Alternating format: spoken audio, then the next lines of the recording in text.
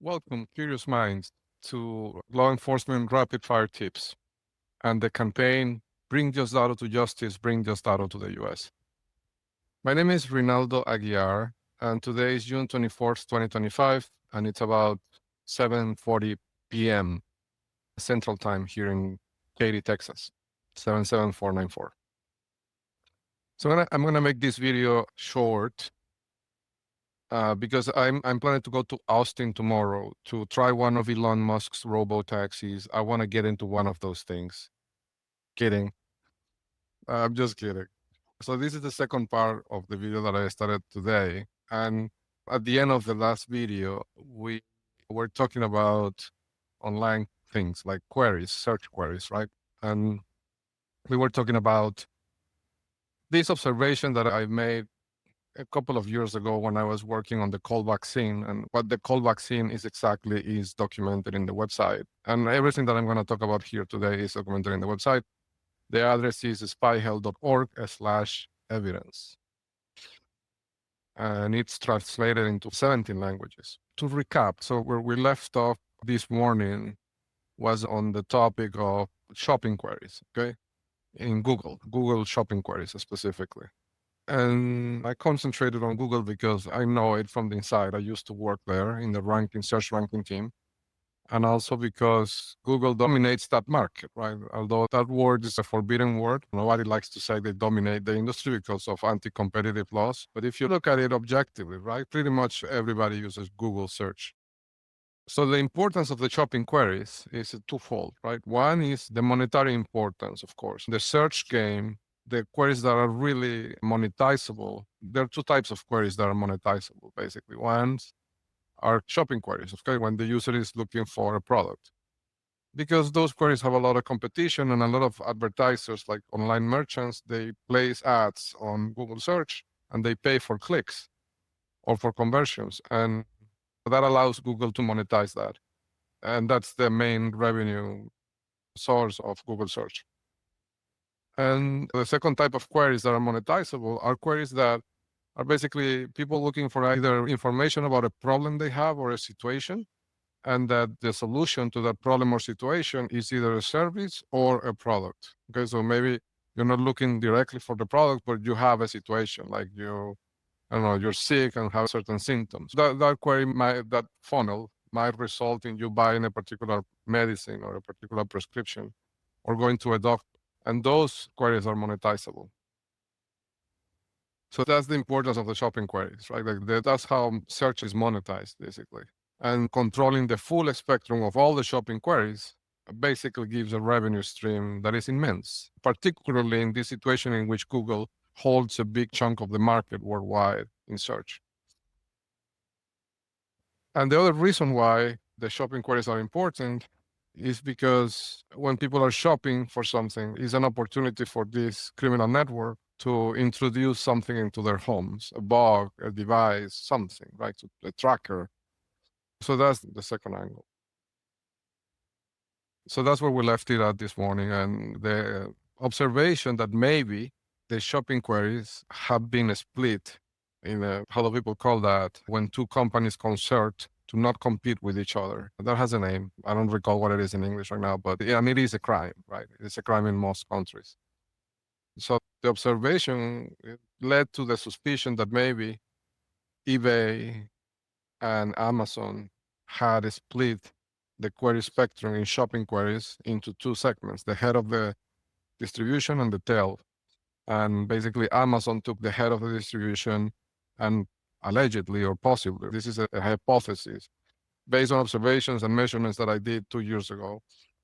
But I'm saying this just as an invitation for law enforcement to check it out, because maybe it's something. Back in those days, I observed that the queries seemed to be split in a fashion where Amazon would dominate for most of the head queries, most of them, like the big majority of the head queries are taken by Amazon.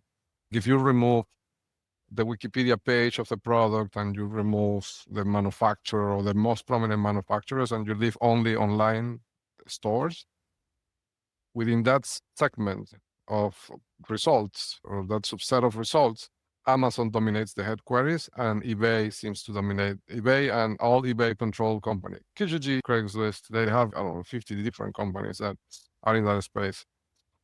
Them together dominate tail of the distribution. And the observation was that it led to the idea that maybe they were considering to do this, and maybe it implies some sort of collaboration internally from Google at some level, right? Not necessarily company level, but maybe there's somebody in Google that is making this possible, because Google has its own shopping product, Google Shopping, that is a failure in terms of any metric that you look at it, right? When was the last time you bought something on Google Shopping, right? Or when was the last time that you did a query in Google for a product, a specific product or type of product, and the first result was a Google Shopping result?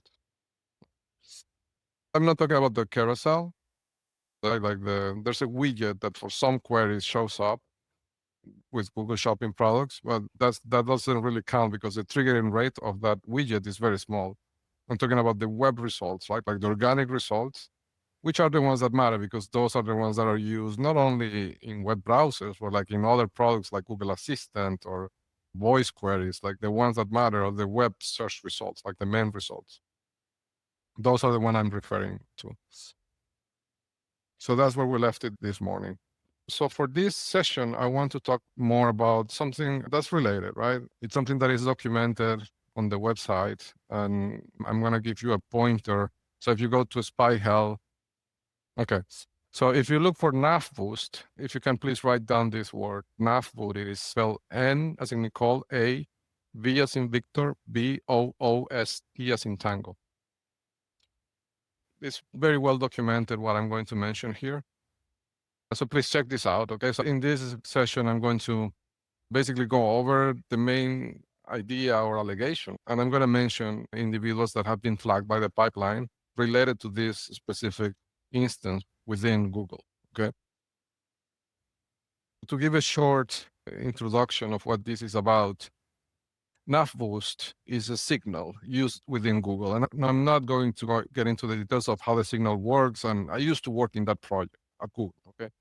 I'm not going to get into the details of how that signal works because I have to be respectful of the intellectual property of the company. But I'll take this. It's a very important signal for search. And this is a well-known fact. Like many people outside of Google know this, that this signal is important. So much so that back in the days, we ran ablation experiments. Ablation experiments meaning experiments in which you test the precision of the system of Google search using a sample of thousands of queries in a systematic scientific way that we had. And so in this experiment setup, we would have two sides. In one side, we would like basically run the queries against production. And then on the experiment side would be production, but with the Navboost signal, this one that I'm describing, turn off, completely ablated from the system. And then you compare and see what is the difference between the two. Are the queries better or the queries worse? Okay. The results of these ablation experiments back in the day were that the precision loss was about 89%, 90%. There was a tremendous loss of precision. And this was just only counting the direct effect of the ablation. There's other second order effects. Like, for example, this signal is used for spam detection by offline pipelines. Those kind of second order effects are very hard to measure because you cannot measure the effect that a spam will have on the system if the system is unprotected and attacked with spam-based spammers for, say, 3 months. Right? It's an experiment that is very hard to run. Like it's impossible to run that experiment, basically. So only on the direct effect side of things, the precision loss was like 90%. So imagine what it would be after a few months of exposure to spam without the protections that are derived from the signal. It would be a disaster for the precision of the system. So this is a very important signal for Google, and it's used in many different contexts, right? Not only in search, but it's used in a lot of other places. What happened was, and I'm going to go a little bit back in time here, that I believe this code was stolen by this criminal network. And they did it in different ways, okay? And I think one of the ways, I'm not saying that they stole it from me directly, exclusively, but they stole some of the code and ideas from me because I was working in a project that used Navboost, okay? But they also stole it because they got agents inside of the company and they got engineers working directly in this code and they stole the code.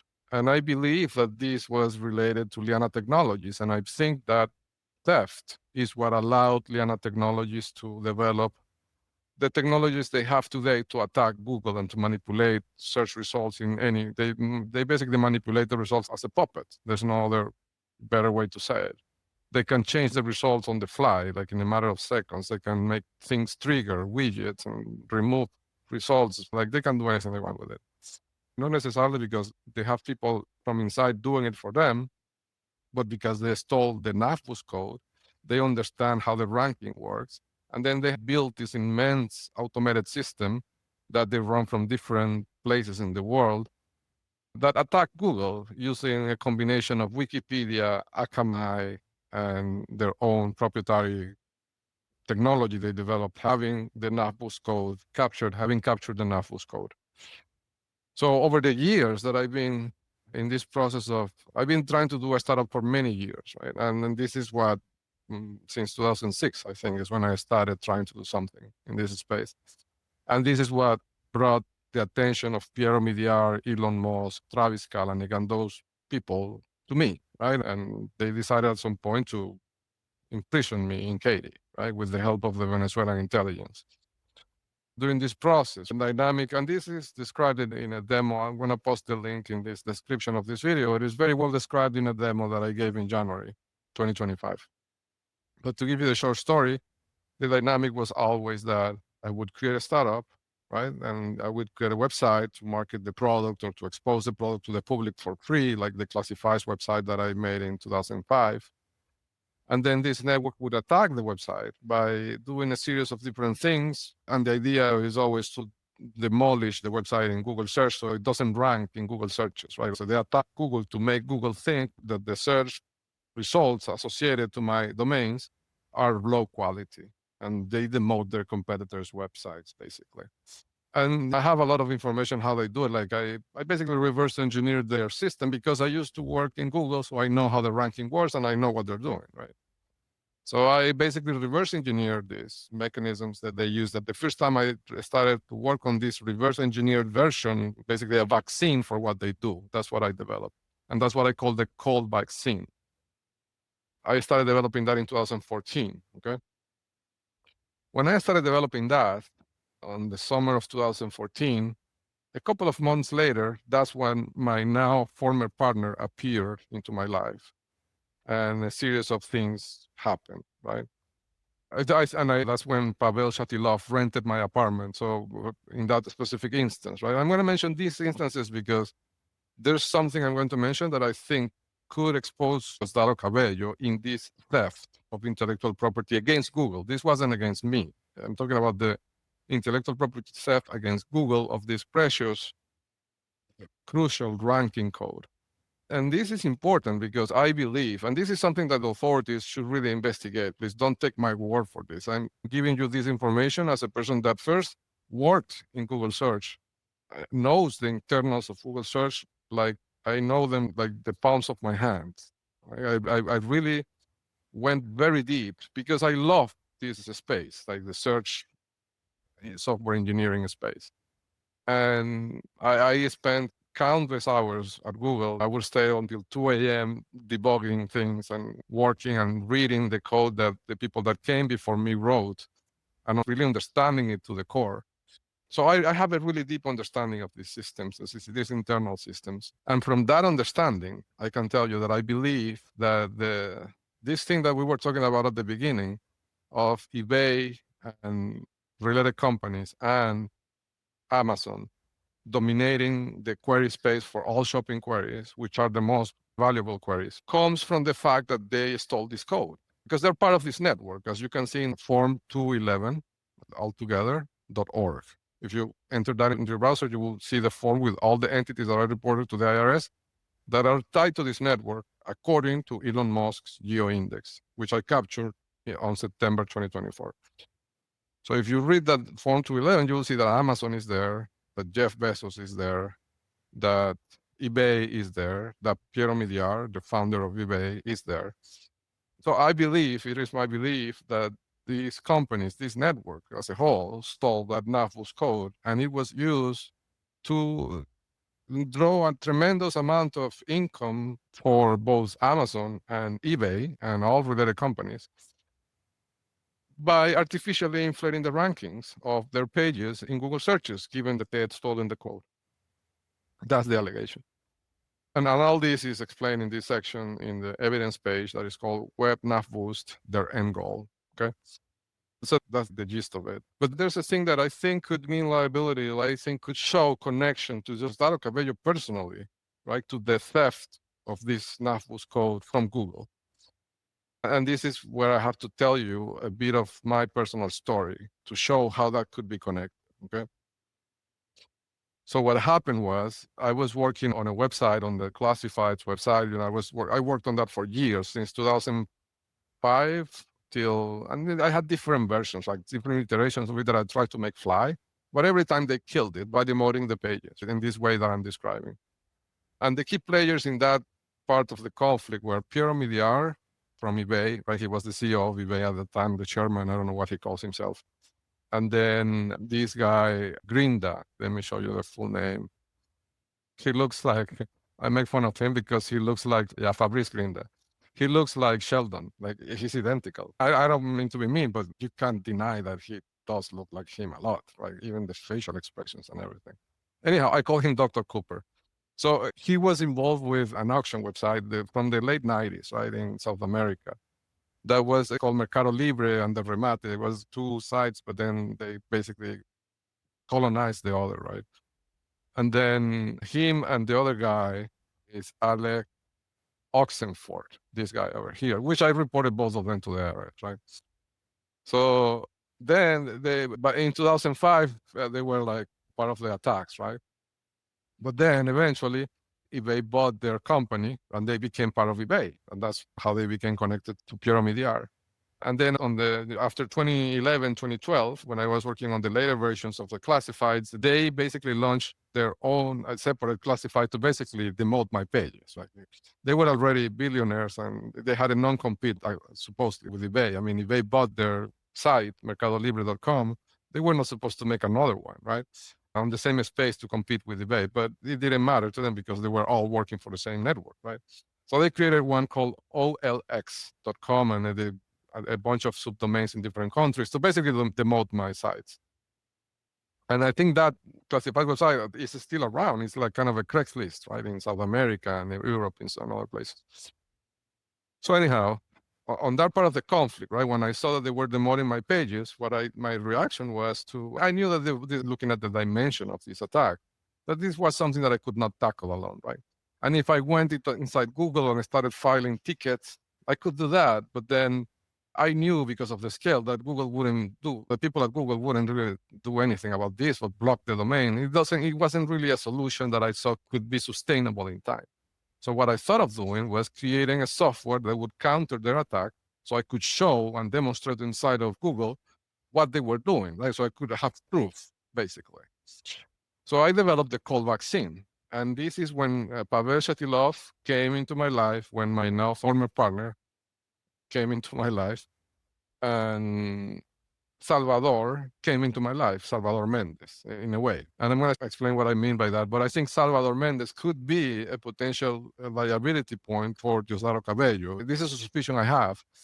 And I don't have any way to prove this, but I'm offering these authorities in case they decide to investigate this, they could maybe do it, right?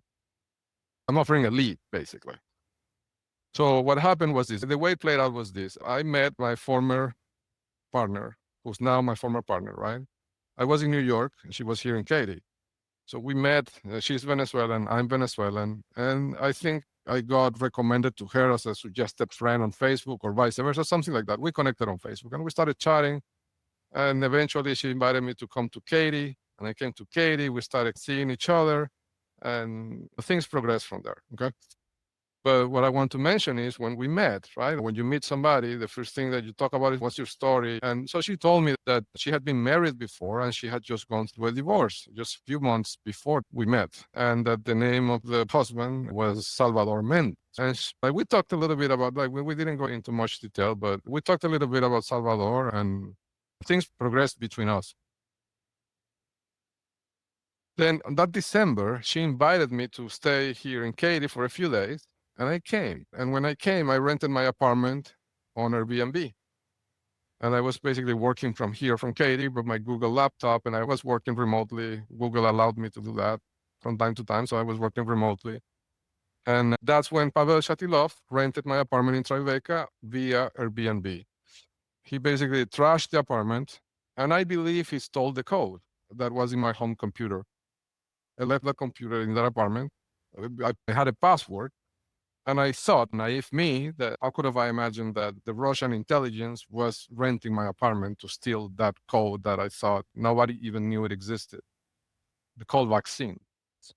But I think that's what happened. Because Pavel Shatilov, as I said in the previous video, is marked in Elon Musk GeoIndex. He's now a director and has a prominent position in a department in a technical university in Moscow that is related to cybersecurity and sensitive things that could be tied to intelligence. And his office is marked in Elon Musk's GeoIndex. So putting two and two together, I know what happened, right? I don't know if it's my former partner was part of that setup. To be honest, I don't know. But the time coincidence is interesting. Now, I have to say, I never met Salvador Mendez. I've never seen him in person or in photos. She showed me a photo once. It was a photo of him. Like, she didn't appear in the photo. And she showed me a photo of herself back of when she was married. And to be honest, she didn't look very much like she looked at that point. The person in the photo didn't resemble the person I was seeing in person. Speaking of her, so those were the data points I had about Salvador. Another thing that's interesting about Salvador. So this is something that the pipeline picked up. Okay, let me show you. Okay. A few weeks ago, right, as I'm going through all this process, and I'm updating this Spy Help pipeline, which I've talked about before, and it's documented in the website. It occurred to me that I didn't have in the system. I was debugging the pipeline, and I saw Salvador's entity, and I noticed that it didn't have a photo. So I realized that I don't have a photo of Salvador, who, is Gloria's former husband. And he's also important because, remember, and I mentioned this before, my former partner mentioned to me that her current lawyer, which is part of this network and actively participated in basically kidnapping my son, my former partner told me that the only reason she hired her in this occasion is because she had hired her previously 11 years ago when she divorced Salvador Mendez. And that to me brings a little bit of suspicion, because if I know that this lawyer is marked in the index and is kidnapping my child, and now my former partner is saying that she was the lawyer that divorced the previous husband, I have to ask myself the question: that marriage was orchestrated, or divorce was orchestrated or staged by Diosdado Cabello back in 2014, because it's the same lawyer, right? And I know this lawyer is committing a crime right now. I have to wonder about what happened 10, 11 years ago. So anyhow, I asked my former partner for a photo, and she gave me this photo of Salvador. So she told me that this was Salvador on 2014, on the summer of 2014, just months before the separation. Okay. I put this into the pipeline, and the pipeline flagged it because it seemed contradictory with this document that was ingested by the pipeline, which says that Salvador was born in 1974. Okay. So if Salvador was born in 1974, this picture, and here you can see that my former partner really sent me that picture, right? I'm not making this up. This photo of this man, this is not a 41 years old man, right? He could be late 20s, maybe early 30s, so at least 10 years younger than he should be in this photo. So that got flagged by the pipeline. Like, the age predictor doesn't seem to think that it could match. And I'm not saying this based on my perception. I have an age predictor and a model, a machine learning model, basically. The other inconsistency, and this is a manual observation that I'm making, is that when I talked with my former partner years ago, and at some point she described Salvador, and she said that he was taller than me. And she put him at that time around 6'1", 6'2", right? And she said he was thinner than me. But in this picture, remember, I have that technology. I don't know if viewers will recall when I made a video explaining why foreign agents should not use an earpiece. I have the technology that can infer the height of a person based on objects that are in the photo, right? Like the glasses that he's wearing and the sunglasses he has, the model of the watch. There's certain things that it can pick up. And according to my model on prediction software, this man in this photo cannot be taller than 5'11". So he's shorter than me. 5'10" really is where the pipeline puts him. Tops, right? Being optimistic, relaxing the model, thinking that he could be taller than maybe he is. And I'm 6'0". So that's the second contradiction. And I did some other, I was thinking maybe the model is wrong. I did some experiments with some photos that I mined from Google Photos of known people with pictures in this bridge. This is a famous bridge, and this bridge is famous. This is a well-known landmark. So I found photos of people which height is known in this bridge, and it seems to confirm the same theory. Like this person in the photo cannot be over 5'11". So there's two contradictions, right? The height and the age doesn't seem to match this image. Now, why she's telling me that this is Salvador, that's beyond me. Like, I don't know. Or why she gave me a wrong description of Salvador 10 years ago, don't know, right? I'm just telling here what I'm observing. But I'm saying all this and not want to make this about my former partner. That's not my goal here. My goal here is to say that there are inconsistencies in the story that was presented about Salvador, and also the fact that Heibner, the lawyer, the criminal lawyer, this lawyer is a criminal, kidnapped a child using the parental rights of my former partner.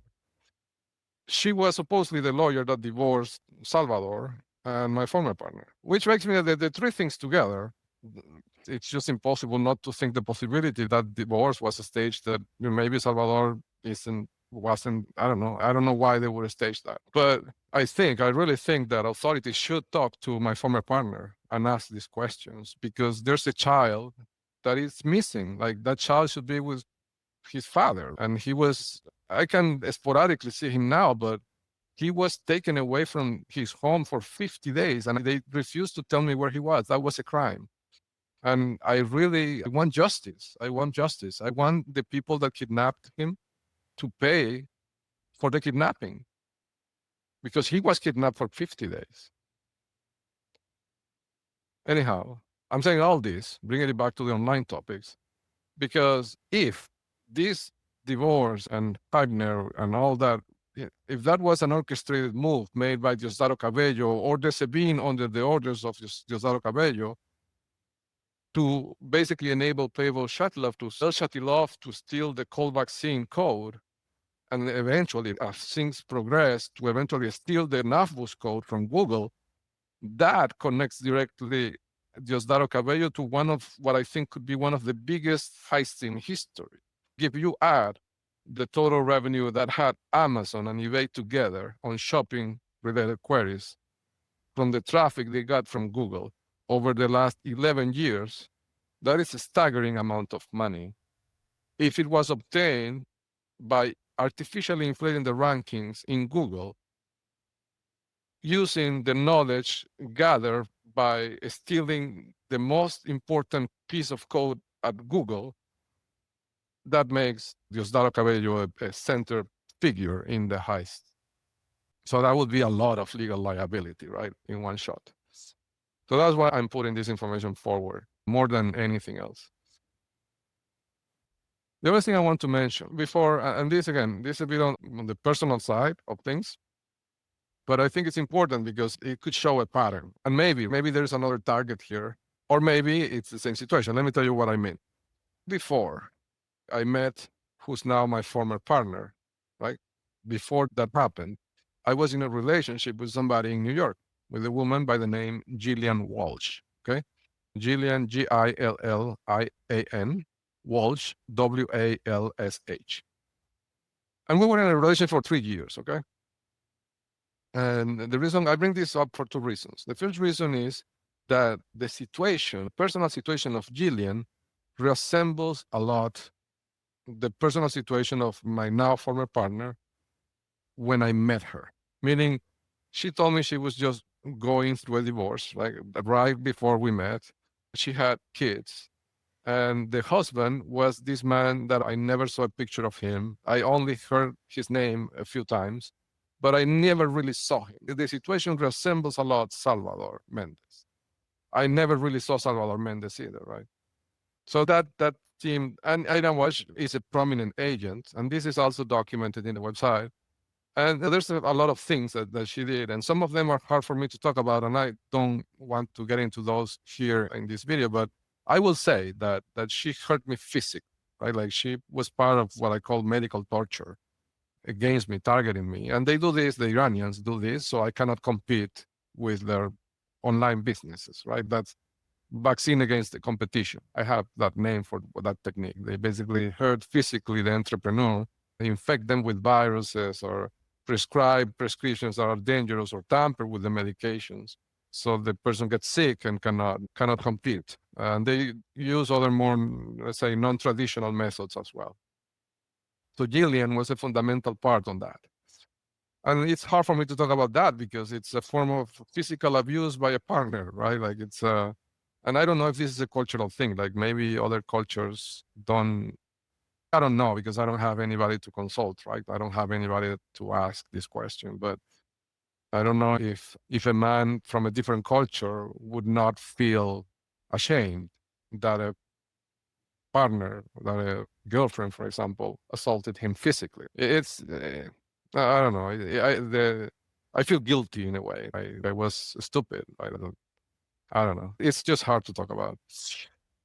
Anyhow, that's one of the reasons I mentioned it, because of the similarities I see between Pierre, who was the ex-husband of Gillian Walsh, who I never met, and Salvador Mendes, who is the ex-husband of my former partner, who Morgan Heibner supposedly divorced 11 years ago, and who I also never met. But Gillian is also important because she was a key player in the theft of that Navboost code, okay? This is documented in the website, but I'm going to just give you a brief idea of how it played out.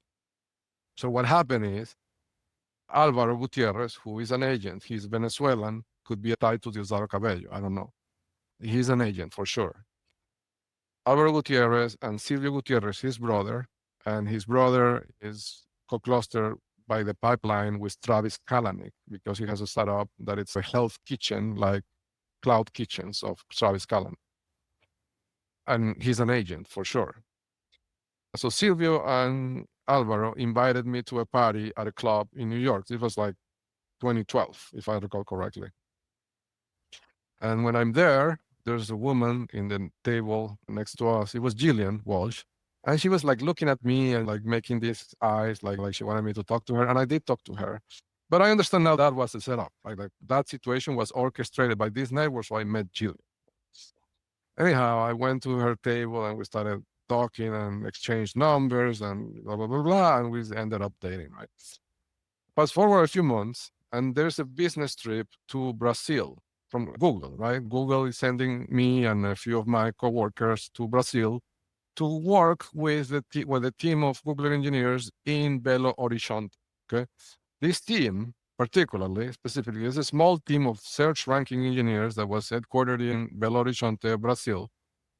And they were interesting because they were like university students at some point all together, and they did a project like in, I don't know, year say 2001 or something like that. And the project that they did a search engine for Brazil. And apparently it picked up and it got traffic and people used it and such. And eventually Google bought that search engine, like they acquired the company, right? And they integrated the data into Google Brazil. But then they absorbed the engineers and they became ranking engineers for Google Brazil, and they were in Belo Horizonte. We went there to work with them. So in that trip, Gillian came along, right? Gillian, Michael Schuper, Hila Becker, Makun Ha, all of us, a bunch of us, right? And then Gillian came to the trip and we spent a weekend in Rio de Janeiro, right? The weekend before the work week. Like we went 3 days before and we spent the weekend in Rio de Janeiro and Gillian was there. And I think that was a pivotal moment because Gillian got to meet the entire Google team, like the entire Google ranking team, right?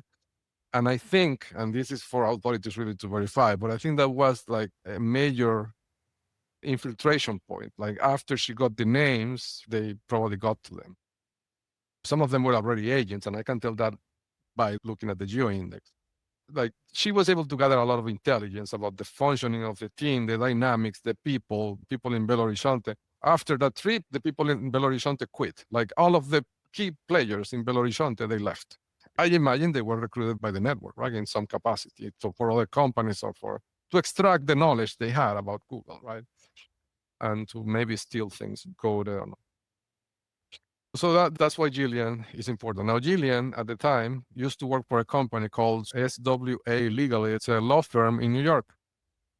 And this company is very prominent in the network itself. It's marking the index, and key people in that law firm are marking the index. And the SWA is a very well-known prominence marker in the network. So this is a key point, right? At some point last year, when I started publishing things on the website, I published a post, and it's in keyopinionleaders.com, I think, in which I basically asked openly the question. I was reflecting on how I met Gillian, the same thing that I mentioned about the club with Alvaro and Silvio. And I asked the question, does this mean that Gillian, I hadn't captured the geo index yet, right? So I didn't have any proof. But I asked the question anyways, would this mean that Gillian is in on it, right?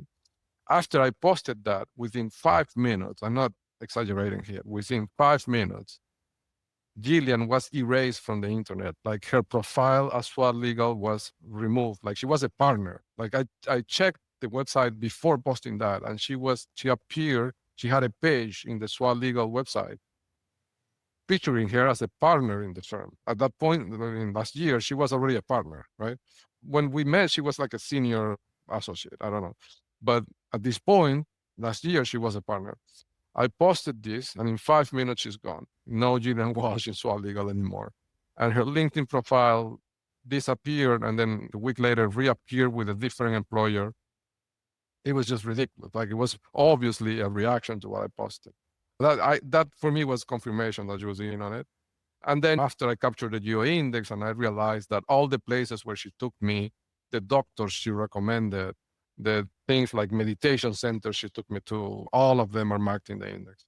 So I realized what happened. So that's why I'm mentioning Gillian. So now let's talk about the key players, right? So first Google has many different teams, okay? This session that I'm doing, and I have to say, authorities, I have tons of information because I've debugged the attacks of Liana Technologies to Google for years, right? I've spent years of my life debugging those attacks and creating the call vaccine, which they stole in 2014, and then they stole the new version again on 2023 or 24, right? I created 2 versions of it as I evolved as an engineer, and the 2 versions were stolen. The second version was stolen, I think, when Nelson Lara took me to New York to meet with President Leonel Fernandez, and don't take my word for it. There's a photo, right? That's me. I had a few extra pounds back then because I wasn't in prison and I could eat. The man in the middle is President Leonel Fernandez from Dominican Republic, and the man on the right is Nelson Lara. Nelson Lara took me to New York to meet President Leonel Fernandez to give him a demo of key opinion leaders. Supposedly, he was interested in using it for his presidential campaign, upcoming presidential campaign at that moment. And there was an incident where my hotel room got locked before I checked out by a hotel mistake, and my computer was inside. And I was not allowed to recover the computer for half an hour. I believe they did that to steal the code that I had in the computer, which was the new version of the cold vaccine. This would also tie Diosdado Cabello to the theft of, and could tie Diosdado Cabello to Liana Technologies, eBay, and Amazon, because those were the people that were stealing the cold vaccine all these years, right? And are the same people that stole the Navboost code from Google. So I think that could potentially, from a legal standpoint, I'm not a lawyer, so I have no place to give opinions, but it seems logical to me that if that connection can be established and proved, it would make Diosdado part of the same criminal network that inflated the rankings of eBay and Amazon for years and profited immensely from that intellectual property theft against Google. So it's not only Salvador Morgan Heibner, is also Nelson Lara, also connects Diosdado to this intellectual property theft, which I call the biggest heist in software engineering history. Okay, so as I was saying, I have a lot of intelligence and knowledge and information I would love to share with authorities so they can fix Google. Because Google is broken right now. Right now, it's something that can be easily manipulated by all these international actors to change perception of the population, to silence dissent, to kill competitors, to demolish any competition in business. So it's important that the free world recovers Google, but I hope it's recoverable because it's really an amazing company. It was an amazing company. Anyhow, but for this session, I'm going to focus only on a specific team, which is the local web team, was called back in the days. I don't know if the name is still the same. And a couple of actors that are not in that team or were not in that team, but are important or could be important for liability reasons for Diosdado Cabello, because they're Venezuelans, and I believe, and they did direct things to harm me physically. And again, when I say this thing, it's not about revenge or vendetta. It's like, I don't care what they did, really. But if they did those things, if they did do those things, and it's demonstrable, that could mean legal liability for Diosdado Cabello. That's why I'm mentioning them. So these two individuals are Alvaro Gutierrez, as I said, and him and his brother, Silvio Gutierrez. And Silvio has this startup called Joy App, I think, which is a health kitchen kind of thing. And he's co-clustered with Travis Kalanick. I'm sure, pretty sure that the funding, he got like $25 million in funding for the startup. And Alvaro supposedly got $40 million in stock from Olo when Olo IPO. And I believe those things were really payments, right? For acting as agents of Travis Kalanick and Pierre Midyar. But they're both Venezuelans, and their parents are Venezuelans. And I believe that's the connection to Diosdado. The other one is a man by the name Francisco Godoy. Joseph Francisco Godoy is spelled Godoy. Francisco is interesting liability-wise because I believe in one occasion he drugged me in San Francisco. And I'm pretty sure I know when I say these things, people could think I'm crazy, but I know that if the real law enforcement agency sees these videos, they will say, yeah, I think it's possible at least, right? And I believe that happened at the Fillmore in San Francisco. Like, to this day, I don't know how I got to my apartment. They gave me something very powerful, like I lost consciousness for hours. Anyhow, so Francisco Godoy, right? His wife is Russian, and he's a doctor. And the last time I knew about them, they lived in New York. Now, Francisco Godoy is interesting because he's from Venezuela, right?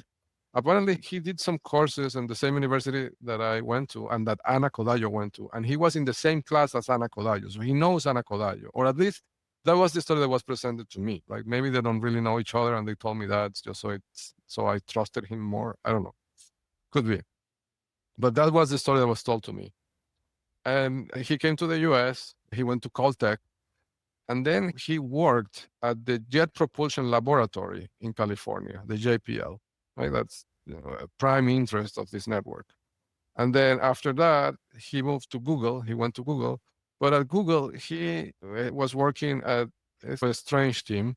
It's a team that manages an internal hedge fund for Google. Google has so much cash, or had so much cash, I don't know what's the situation today, that they created their own internal hedge fund to invest that cash for Google, for Google's own profit, right?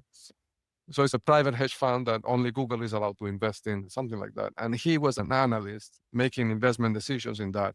Also a prime location for an agent of this network, like stock market, money, cash, Google. It has all the ingredients, right, to make it attractive for this network.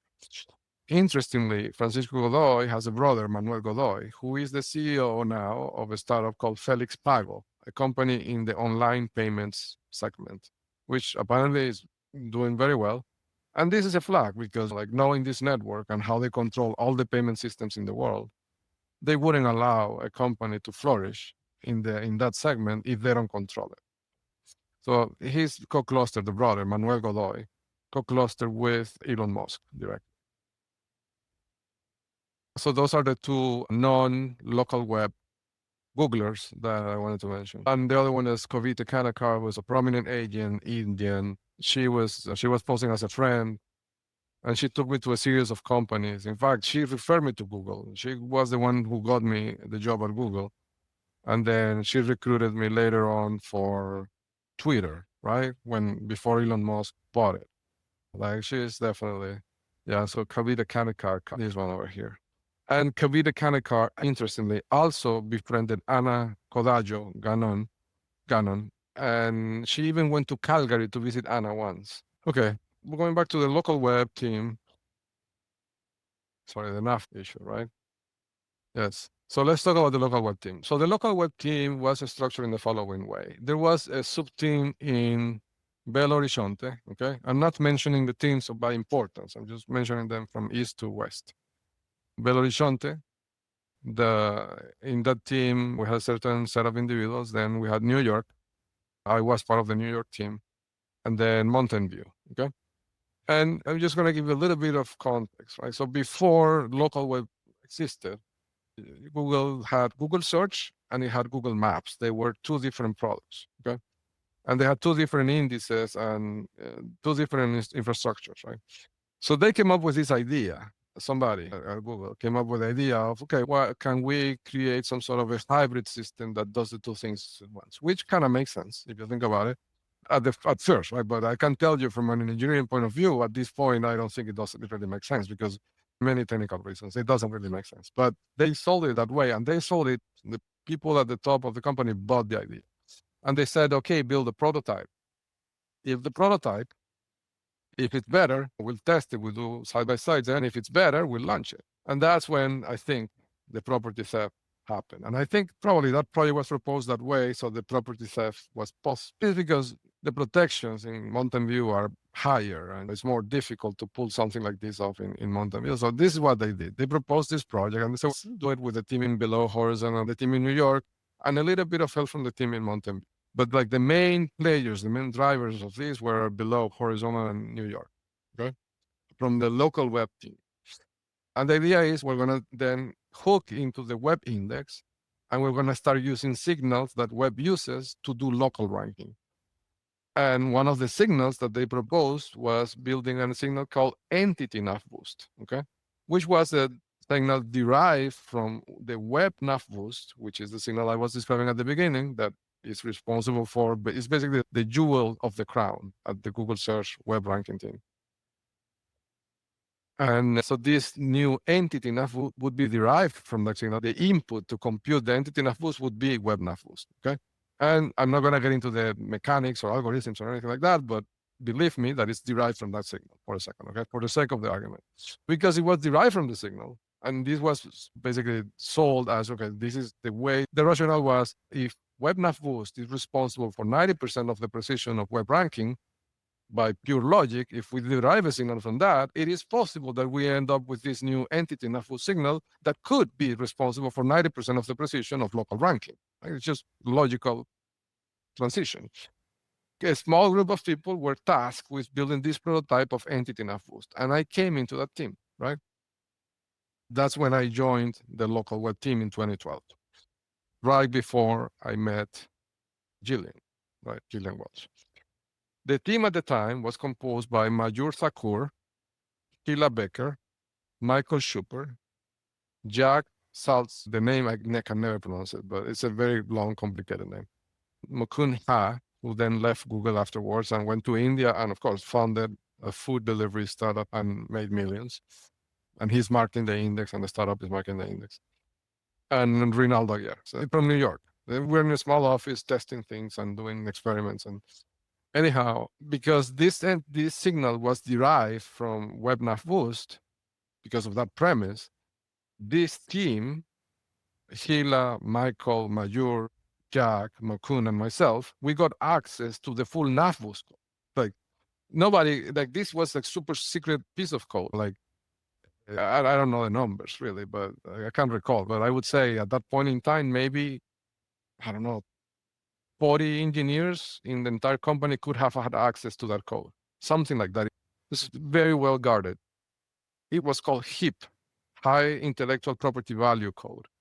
and it was protected. You had to be part of the web Navboost team to get access to that code. And I think that's why they created this setup of the local web team, reusing the web index to justify getting that access, which happened. We all got access, the 5 of us. But anyhow, at that point, what ended up happening was that Gillian started with her campaign, and this resulted in me basically abandoning the classifieds websites completely, and the domains even expired within a few months.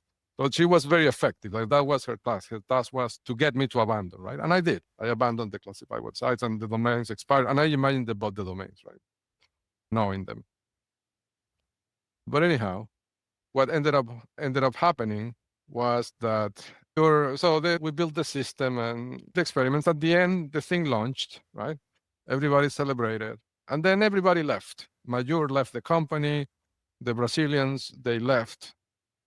The key people left. And then is when they brought this director from shopping/payments that I was describing this morning to manage. So they replaced Jeremy Hilton. They put the new director, the Indian director, as a director of local. And then Majur left for Goldman Sachs. I didn't know of Majur for 2 years. So I'm talking now about maybe 2015, maybe, I don't know, something like that. And then Michael Schubert and Hila Becker became the managers of the local team, right? And then Michael was managing entity Navboost, and Hila Becker was managing Google Assistant, the integration with local. And that, of course, gave Michael access to the clicks, information that he already had. He was in full control of the team now. There was no Major. And Hila Becker was in control of the voice query. So the access to the voice recordings, super valuable information as well, because it has intent queries, right? Anyhow, Major goes to Goldman Sachs, and he starts working on a search engine for people, right? To basically do compliance analysis, like try to catch insider traders within Goldman Sachs and things like that. How do I say this? A series of incidents happen, and they're documented in the website. I invite authorities to check them out. But I think if I can give you the short version of this, fast forward to 2024, I captured the geo index. I built the the pipeline, and I start running it. And the pipeline flags all these actors, like many of these people that were involved in all these decisions involving Navboost, entity Navboost, the companies themselves. Goldman Sachs, it's a company controlled completely by this network and used, weaponized to harm the economy and the country and other countries as well. And Majur Thakur, who was my manager in 2012, who hired me for entity Navboost for local web, is marking the index. And so much so that he's super prominent. This is his house in New Jersey. You can see that he has the trampoline antenna in the backyard. These are the antennas of multi-hop troposcatter communications, basically. He has even the antenna. There's another, like one of his neighbors right here on the back has another antenna that you can see, right? Yeah, so there's a lot of information there. The other thing that the pipeline flagged is that Michael and Hila are probably a couple. I suspected it back in the days. Even I filed an HR complaint, and this is the reason why I left Google, right? Because Michael and Hila, they were getting promoted every year, basically. Every 2 semesters, each one would get promoted, like one time Hila, one time Michael. And Michael is very smart. And Hila, I felt like the promotions were not really, I don't know. I didn't see the merit, right? Like, these promotions at Google are very hard, like for for all of us, right? For the non-members of the PayPal mafia, these promotions could take 4 years, 5 years in some cases, right? And that was the norm. Like, that is if you're driven and smart and dedicated, right? Could take you 4 years. 3.5 if you're lucky and have a manager that likes you, something like that. But these people were getting promoted every year. Michael achieved the same level that Majur had before the age of 30, and Mayo was 42 at that point or something. So to give an idea of the injustice of this promotion system. So I complained and basically said in my complaint, look, Hila is getting promoted because I think she is in a relationship with Michael. And because I'm not in a relationship with Michael, so I reverse discrimination, right? Because I'm not in a relationship with Michael, I'm not getting promoted, right? Of course, nothing happened with that complaint. After I made that complaint, Michael strangely announced that he was gay.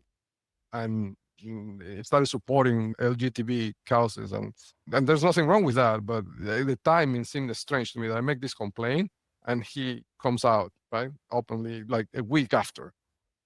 But the complaint was supposed to be confidential, and it was handled by a third-party company that precisely to keep it confidential. So it always puzzled me how he knew. But anyhow, data points, right? And so the pipeline puts them together, right? And there was one, this more an anecdotal observation. There was one instance, right? When in one of these times that we went to Belo Horizonte a few times, right? In Brazil. In one of those occasions, we are in the hotel, right? Arriving to the hotel after work. And there are a few ladies, girls of or age at the bar, right? And I was with Michael and Hila, we were eating, right? And I said, Michael, like, why don't we go talk to those girls? Let's go. And Hila's face turned red, like she was going to explode. And then Michael tells me, Michael is very sweet. He's a sweet guy, right? Like he's a very likable guy. So Michael tells me, yes, let me pick up my wallet from the room and I'll come knock on your door. I went to my room to drop off my bag. And then in 5 minutes, Michael comes and knocks on the door and I'm not feeling very well, that food we ate. And he made some excuse and excused himself and left. So we didn't go to the bar to meet the girls. But it was obvious to me that Hila was jealous, like she was upset about the possibility of Michael going talk to this girl. So that was the first time I started suspecting it. But now having the GOE index and the pipeline and the statistical analysis software I developed, the pipeline puts them together as an item, which is dangerous because if they're both part of the network, I'm pretty sure, even the data that I've captured from Elon Musk's, if they were working together from the beginning, being a couple, not disclosing that relationship with the intent of getting a handle on that code and that data for the network, I just think it makes the thing much worse, right? Like legally speaking. So that's why I'm mentioning it. Okay, so far we have Majur Thakur, his address, that I showed you the picture is 120 West Hobart Gap Road in Livingston, New Jersey. Falls in Financial Channel. Michael Schupper and Hila Becker, couple probably working together. We have Elizabeth Reid. She was very high up. She was the manager of the director, basically. And she was in New York at the beginning, but then she moved to Mountain View when she got promoted to a certain position. She's also marked in the index, and she's flagged by the pipeline. Now, then we have an interesting character, Oksana Yaknenko. It's spelled the last name. So the first name is Oksan, as in Nicole A. Last name Yakhnenko.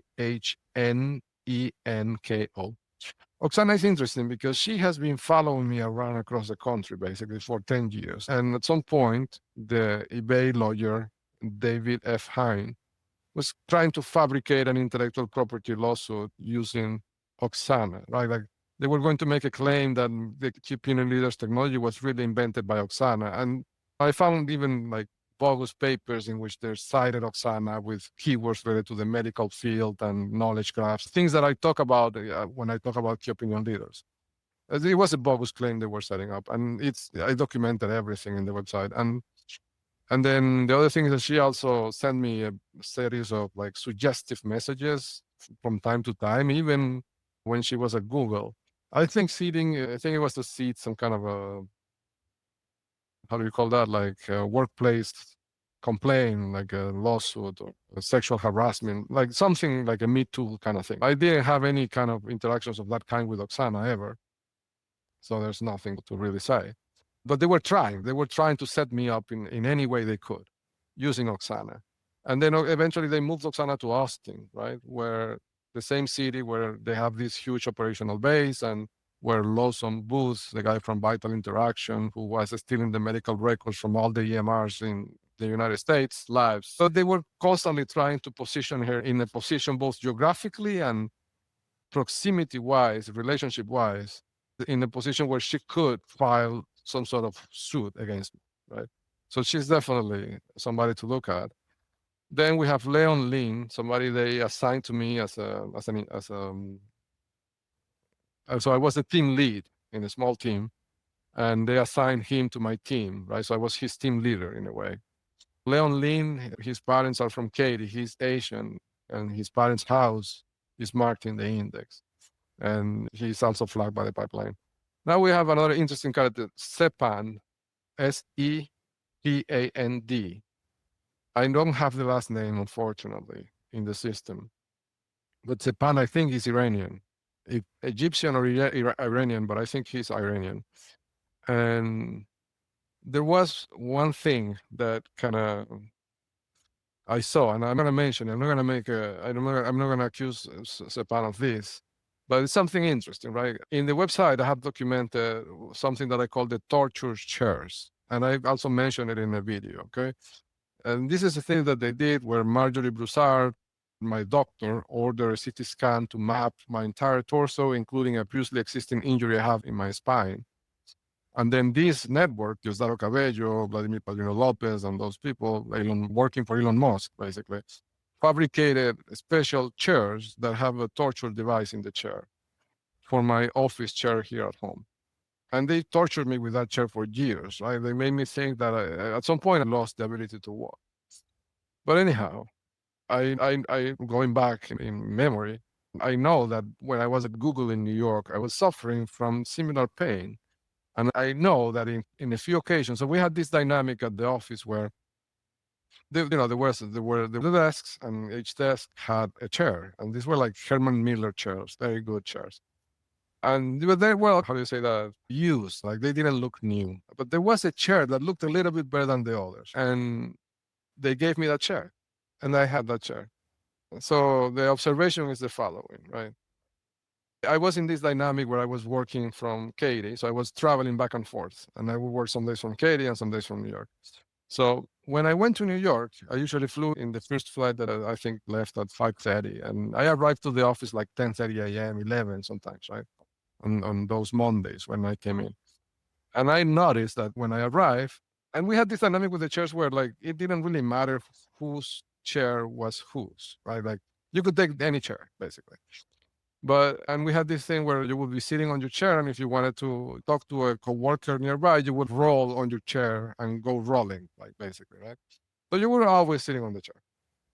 The chairs didn't change owners often, but they did sometimes. All the chairs were very similarly worn down, except mine that looked like newer. And what caught my attention was that sometimes I left the chair in another desk, and the chair always returned to my desk somehow being the newer chair. Like anybody could have taken that chair because of this dynamic that we had, that you could basically go and talk to somebody else. You would sit on the chair. And this happened many times that I took somebody else's chair, but my chair magically returned to me later. But anyhow, Sepan was always sitting behind me. And I've noticed that in several occasions when I came in, if I took the wrong chair, if I took one of those chairs that were floating around, right, and was going to sit on it, Sepan would take the chair, like the one that was given to me, but he would make sure that I always sat in the same chair. He would take that chair that was a little bit newer than the other ones and take it with one hand and take the one that I was about to sit on with his other hand, get it away from me, and put the newer chair behind me. So I sat on the newer chair. Consistent. I have to be honest. Back at the time, I took it as a silly me, right? Like I don't know, naive Rinaldo, right? I took it as a compliment or a sign of respect. Like he was being respectful that I was more senior than him, like in the engineering ladder. Like he wanted me to have the better chair. But looking at it now, going back and reviewing that sequence, right? That the consistency of it, my suspicion is that chair had this torture device and he knew it, right? And he was just making sure that I did not sit it on a non-torture chair, that I did not sit on a non-torture chair. It's a hypothesis, okay? I don't have any proof, like I don't have a photo of him manipulating the chair, installing the device, but it's one of those things, right? Like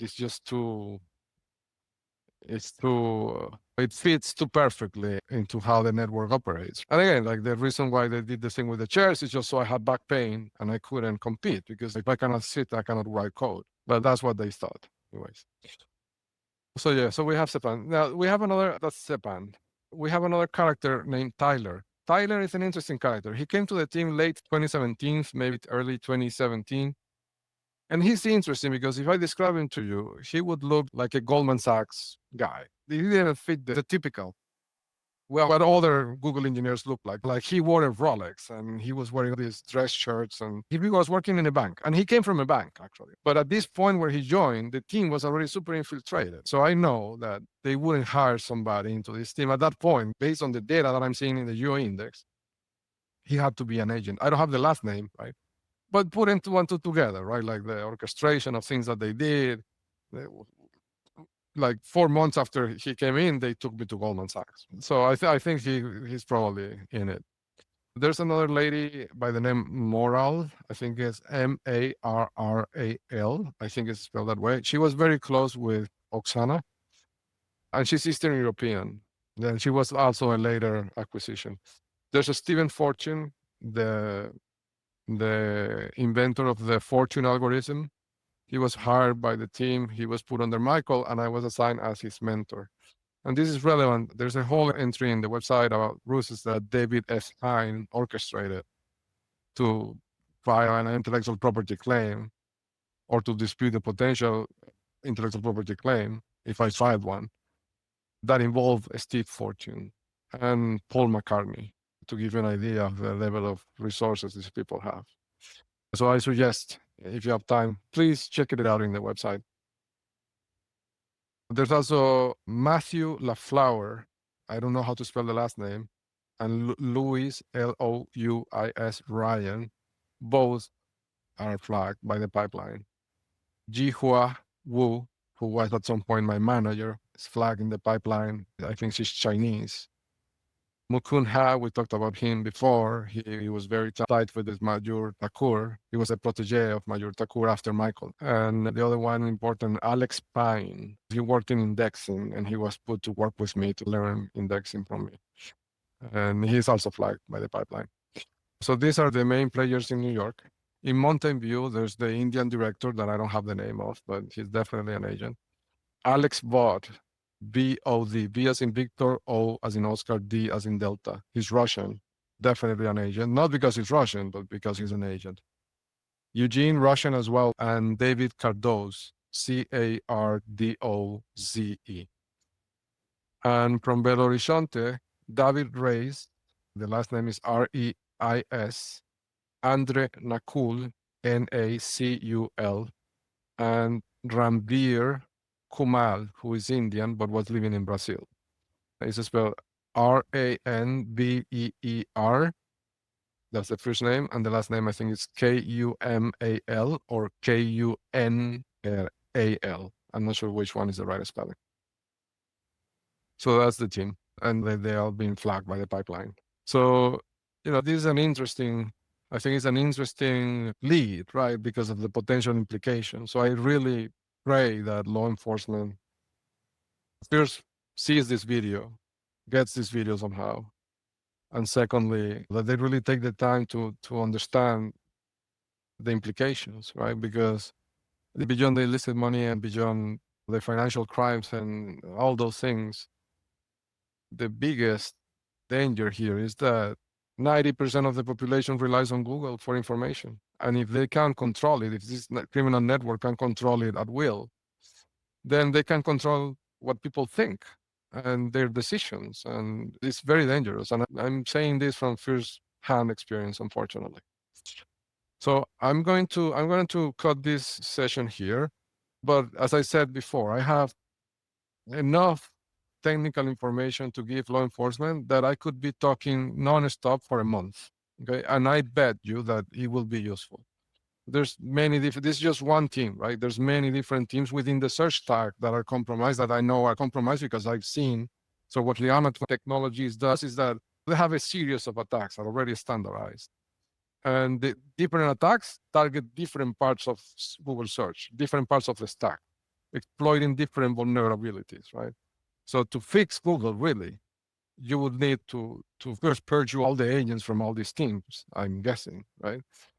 And secondly, you'll have to get existing non-compromised engineers to fix all these vulnerabilities that have been injected in all these different subsystems. Because some of these were real bugs that they found, but some others were injected, like deliberate vulnerabilities injected, like the Gen 204 request I was describing this morning. eBay knows, and you can see that because if you fetch any eBay page, you can see how they inject things at the bottom of the response, like HTML comments with random things, to make the response, to randomize the body of the response a little bit, right?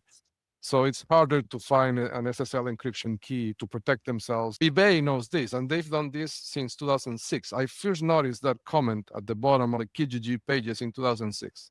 So they've known this for 19 years at least, right? And then Carl Schultz comes in and makes a request that every web browser in the world uses, every Chrome browser uses that Gen 204, right? Because it's hooked into the Sidekick, the query suggestion system in the address bar of Chrome. And everybody using Google search hits that Gen 204, right? So Carl Schultz comes and creates a response with an empty body that just basically opens the door for this criminal network to decrypt all the network traffic of all those users, right? It's just crazy to me. So all those vulnerabilities, I believe, were intentional. And there are vulnerabilities like that in different parts of the stack that need to be fixed, right? If Google is to be salvaged or saved, I don't know which is the right word. But I really hope it's savable or salvageable. I don't know how to say it. Thank you so much for your time. And again, please, I'm begging you, if you want to fix these things at Google, please contact me. I'm at your disposal. I'll do this for free. I'll give you my time for free all the time you need so you can fix Google.